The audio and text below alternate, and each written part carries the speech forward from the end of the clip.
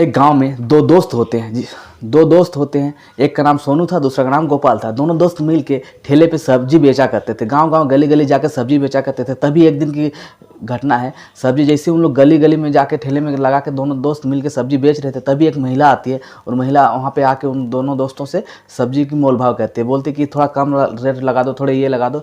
लगभग लगभग ये बातों की सिलसिला लगभग 1.5 से 2 मिनट हो जाता है। तभी गोपाल कहता है सोनू से कि यार मुझे नहीं लगता कि ये तुम्हारी बीवी है।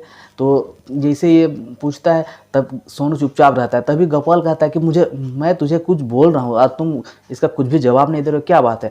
तभी सोनू बोलता है कि मैं जिसकी कत्ल के इल्ज़ाम में मैं 8वां महीना जेल में रह चुका हूँ और जिसका कत्ल 7 साल पहले हो चुकी है, वो दरअसल मेरा बीवी कैसे हो सकती है, ऐसे बोलता है। तभी उनका मन में संदेह होता है, नहीं यार एकदम से तुम्हारा बीवी की जैसे ही बात कर रही है, पहले तुम्हारी बीवी जैसे ही मोल भाव करती है सेम टू सेम वैसे ही मोल भाव कर दी है।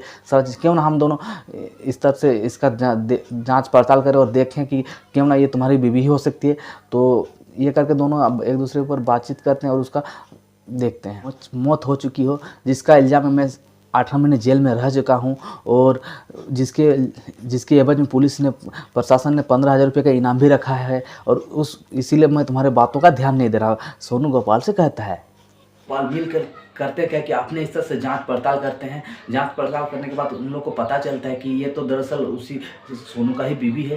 तभी ये अखबारों में और टेलीविजन में यूट्यूब के माध्यम से पूरा मतलब चारों तरफ न्यूज़ फैल जाती है। तभी वहाँ के जो थाना प्रशासन होते हैं उसका खूब हंसी उड़ाया जाता है, खूब मजाक उड़ाया जाता है कि थाना प्रभारी के द्वारा किसी की भी ज़िंदगी बर्बाद किया जा सकता है, प्रशासन के द्वारा किसी भी निर्दोष आदमी का ज़िंदगी बर्बाद किया जा सकता है। इस प्रकार से काफ़ी ज़्यादा बस हंसी उड़ाया जाता है और थाने प्रभारी के द्वारा मतलब दोष लगाया जाता है कि कहीं ना कहीं इन लोग के ऊपर बहुत गैरकानूनी तरीके से इन लोग सजा देते हैं, किसी भी जांच पड़ताल किए बिना ही।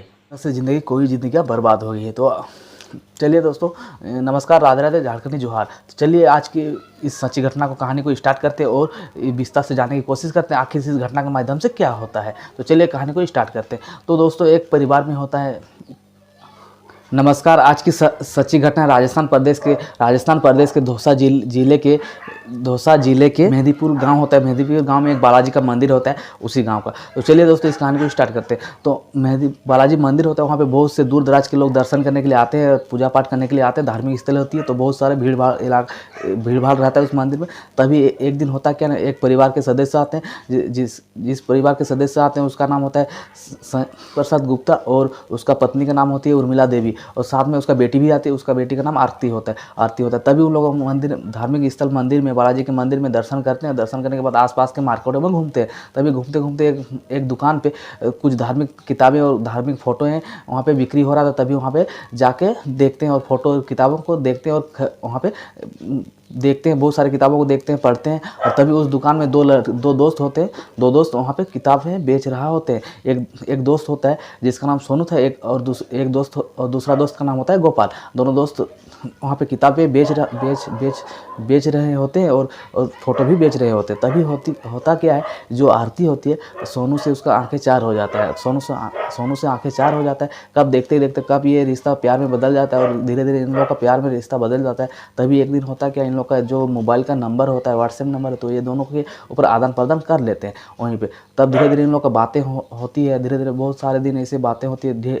ढेर सारे दिन बात होते होते कुछ दिन इन लोग का दोस्ती जो होता है कि काफ़ी ज़्यादा प्यार में बदल जाता है। तभी एक दिन होता क्या है कि आरती होती है अपना माता पिता से कहती है, जो सूरज प्रसाद गुप्ता होते हैं उनसे कहती है और आरती देवी उर्मिला देवी से कहती है कि मैं एक लड़के से बेइंतहा प्यार करता हूँ और मैं उसी से शादी करना चाहता हूँ। तभी होता है क्या है, तो उसका मम्मी बोलती है ठीक है तुम बताओ। तो और उन लोग का कहीं उसका दूसरे जगह में शादी सेट कर देता है। तभी क्या करती है आरती, चोरी चुपके वो घर से भाग जाती है और सोनू के वहाँ भाग के चली जाती है और वहाँ उसके साथ रहने लगती है। लड़की घर से अचानक से गायब हो जाती है। तभी वो 5 सितंबर की रात को 5 सितंबर 2015 की रात को अचानक से घर से गायब हो जाती है और गायब होने के बाद लगातार 3 दिन तक वो गायब रहती है, कुछ भी नहीं। तभी अचानक से उसके पापा के मोबाइल से वो आरती अपना पापा को मोबाइल से फ़ोन करती है और कहती है कि मैंने कोर्ट मैरिज कर लिया है सोनू सैनी के नामक लड़के से कोर्ट मैरिज कर लिया कि आप लोगों को कुछ खोजबीन करने की ज़रूरत नहीं और चिंता करने की ज़रूरत नहीं। तभी उसके पापा को थोड़ा शांति और राहत मिलती है और इसी प्रकार वो जैसे ही वहाँ पर रहने लगती है उसके पति के साथ रहने लगती, लगभग लगभग उसका पति के साथ 8 दिन तक रही। 8 दिन के बाद उसको अचानक से वहाँ से गायब हो जाती है। अचानक से गायब हो जाती है 16 सितंबर 2015 को। जैसे गायब हो जाती है तभी सोनू सैनी होता है जो अपने इस तरह से पूरा खोजबीन करता है। खोजबीन करते हुए कहीं भी आता पता उसका नहीं चलता है, कहीं भी आता पता नहीं चलता है। और आता पता जैसे ही नहीं चलता तभी वो अपना ससुराल में फ़ोन करता है सूरज प्रसाद गुप्ता को और कहता है कि अचानक से आरती घर से गायब हो गई और मैंने काफ़ी खोजबीन किया और नहीं मिल रहा कहीं भी। तभी सूरज प्रसाद गुप्ता और उसका पत्नी जो होती है उर्मिला देवी वो और तीनों मिलकर थाने पे जाते हैं और थाने पे जाके एफआईआर दर्ज करवाते हैं। एफआईआर दर्ज करवाते हैं तो तभी वहाँ पे थाने वाला होते हैं जो कि उतना कुछ कार्रवाई नहीं करते और उतना ध्यान नहीं देते। तभी धीरे धीरे होता है कि 8 महीना बीत जाता है। 8 महीना बीतने के बाद एक दिन एक 32 साल की महिला की एक नहर किनारे उसका लाश मिलता है। तभी वहाँ पे जाता है सूरज प्रसाद गुप्ता और उस लाश को देखता है और कहता है कि ये तो मेरा ही बेटी है, आरती ही है। और जाके फिर से एफआईआर दर्ज करवाते हैं और जो होता है सोनू सैनी और गोपाल सैनी दोनों को पुलिस गिरफ्तार कर लेती है और पूरा टॉर्चर करती है, पूरा पूछताछ करते, तभी कड़ाई से पूछताछ करती है और पूरा जैसे कड़ाई 3rd डिग्री टॉर्चर करती है, नाखूनों को उखाड़ लेती है, उल्टा लटका के मारने लगते हैं। तभी उन दोनों ने कबूल कर लेते हैं कि हाँ हम ही ने आरती को मारा है और वहाँ से उन लोग का सज़ा हो जाता है। सज़ा जैसे ही होता है तो सोनू सैनी का सज़ा लगभग 8 महीना होता है और गोपाल सैनी का सज़ा 9 महीना होता है। ऐसे 9 महीना और 8 महीने दोनों सज़ा काट के बाहर आ जाते हैं। और उन दोनों के परिवार में जो गोपाल सैनी होता है उसके परिवार में 5 भाई बहन थे और वो दूसरा नंबर पे था। और गोपाल सैनी का शादी तय हुआ था और शादी होने के ठीक 15 दिन पहले उसको गिरफ्तार कर लिया गया, जिसकी वजह से उसका शादी भी टूट गया। और साथ ही साथ जो सोनू सैनी होता है उसका वो तो चौथे नंबर पर था, जिसकी वजह से उसके बड़े भाई लोगों की शादी हो चुकी थी, बस उसी का शादी होना बाकी था। जैसे बाकी था तभी वो एक दिन होता क्या है, इन दोनों मतलब होता क्या है और जैसे आ जाते हैं अपने इधर अपने काम में और पूरी तरह से इन दोनों का परिवार बर्बाद हो जाता है। इन गोपाल सैनी का मतलब गोपाल सैनी का जितने भी उससे छोटे थे उन लोग का किसी का भी शादी भी नहीं हो पाया था और उन लोग के ऊपर 20 लाख का कर्ज भी हो चुका था। तभी एक दिन होता क्या है, एक आदमी आता है और गोपाल और सोनू सैनी को दोनों को सूचना देता है कि एक गाँव है जहाँ पर मैंने आरती को देखा है, आज तुम्हारी बीवी आरती ही वैसे ही लग रही है। तभी दोनों के मन में आइडिया आता है कि हम लोग तो साला पूरा बदनाम हो चुके, काफ़ी ज़्यादा हम लोग का बदनामी हो चुकी है, क्यों ना हम लोग जाके देखते हैं। तो जाके देखें तो किससे देखें, तभी उन लोग का दिमाग में एक विचार आता है ऊँट खरीदने का।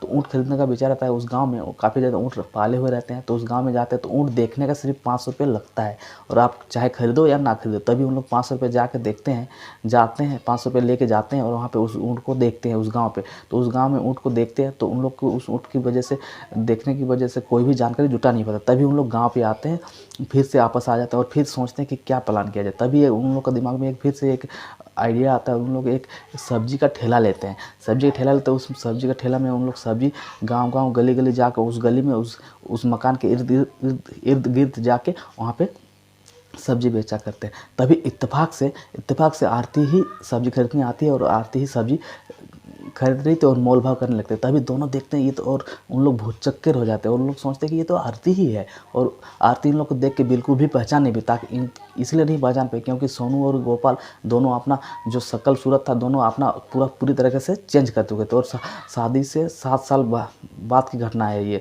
और 7 साल बाद थोड़ा उन लोग चेंज भी हो गए थे और अपना फिर से हुलिया भी चेंज कर लिए थे।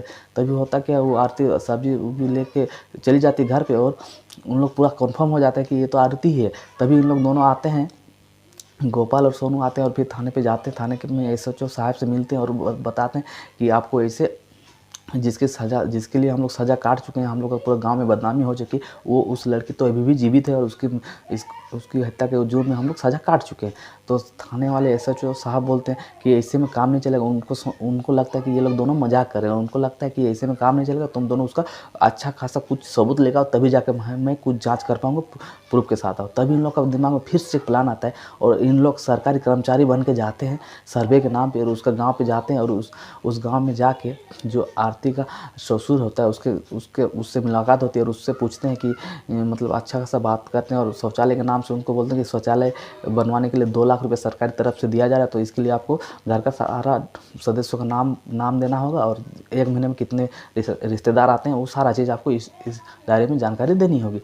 तभी वो वो बोलते हैं कि 2 लाख रुपए तो ऐसा कोई स्कीम आया नहीं है। तभी इन लोग बोलते हैं, गोपाल और सोनू बोलते हैं कि 2 लाख एक लकी ड्रॉ स्कीम आया, वो साथ ही साथ आपको जरूर मिल भी करेगा। आप तभी वो जो आरती का ससुर था वो बातों में उलझ जाता है, बातों के जालों में फंस जाता है। तभी वो घर में घर सारे सदस्यों का आधार कार्ड और प्रूफ के साथ आता है, और जो 1 महीने में जितने भी आदमी आते हैं, रिश्तेदार आते हैं, वो सारा लोगों का डिटेल्स दे देता है। तभी जाते हैं, तभी डिटेल्स लेके सोनू और गोपाल दोनों जाते हैं एसएचओ साहब के पास। एसएचओ साहब के पास जाते हैं और फिर जाके प्रूफ दे देते हैं। तभी एसएचओ साहब को अब बाध्य होकर वहाँ जांच के लिए जाना पड़ता है। जांच के लिए जैसे वो जाते हैं वहाँ पे उस घर में, तो वास्तव में वो आरती ही होती है। उसको काफ़ी ज़्यादा एक फिर थाने ले आया जाता है, और थाने ले आने के बाद जैसे थाने ले आते हैं और आरती से कड़ाई से पूछताछ किया जाता है कि आखिर तुमने ऐसा क्यों किया। तभी आरती बताती है कि मैंने तो इस सोनू सैनी से शादी कर लिया था 8 तारीख को। 8 तारीख को जैसे ही शादी किया तो मैं इसका घर में गया तो इसका घर की माली हालत तो ठीक नहीं थी, काफ़ी ज़्यादा ख़राब थी, और मुझे जो इच्छाएँ चाहिए थी, जो ऐशो आराम चाहिए था, वो चीज़ इसके घर में नहीं था। तभी मैंने चुपके से 16 दिसंबर 2015 की रात को इसका घर से भाग गया, और घर भाग गया, और 1-2 महीने में बाहर में किराए के मकान में रहा। और जैसे किराए के मकान में रहा और उसके अपने पापा के साथ संपर्क किया, और मेरे पापा के साथ संपर्क किया तो मेरे पापा किए क्या कि मेरा दूसरी जगह सेट करवा दिया, दूसरी जगह शादी सेट करवा दिया, तय करवा दिया, और उस जगह पे मेरा शादी हो गया। यहाँ पे जहाँ पे वो रहती थी वहाँ पे शादी करवा दिया। तो फिर तुम्हारे पापा ने ऐसा क्यों किया, तभी उसका, और तुमने इसको गोपाल सोनू को बताने की कोशिश क्यों नहीं की। मैंने इसलिए नहीं बताया क्योंकि आरती बोल रही है, मैंने इसलिए नहीं बताया क्योंकि मेरा शादी टूटने का डर था, तो इसलिए नहीं बताया। और मेरे पापा क्या कि जो औरत मिली थी उसकी हत्या के जुर्म में मेरे जो पहले वाले पति को जेल में डलवा दिया। तो इस कहानी के माध्यम से जैसे ये पेपर में, न्यूज़ में, अखबार में पूरा खुल जाता है, तो प्रशासन की काफ़ी होती है, काफ़ी अपमान होता है, और जितना भी अपमान हो प्रशासन का काफ़ी ज़्यादा कम है। और इस कहानी को, घटनाक्रम को सुनाने का उद्देश्य मेरा ये नहीं है कि आप लोग हैरान हो, परेशान हो। तो आप लोग को बस मेरा सुनाने का उद्देश्य यही है कि आप लोग स्वस्थ रहें, सतर्क रहें और मस्त रहें, और ऐसे ही आरती और ऐसे ही लोगों से बच के रहें। तो तब तक के लिए बाय बाय दोस्तों, नेक्स्ट वीडियो में मिलते हैं। जय हिंद।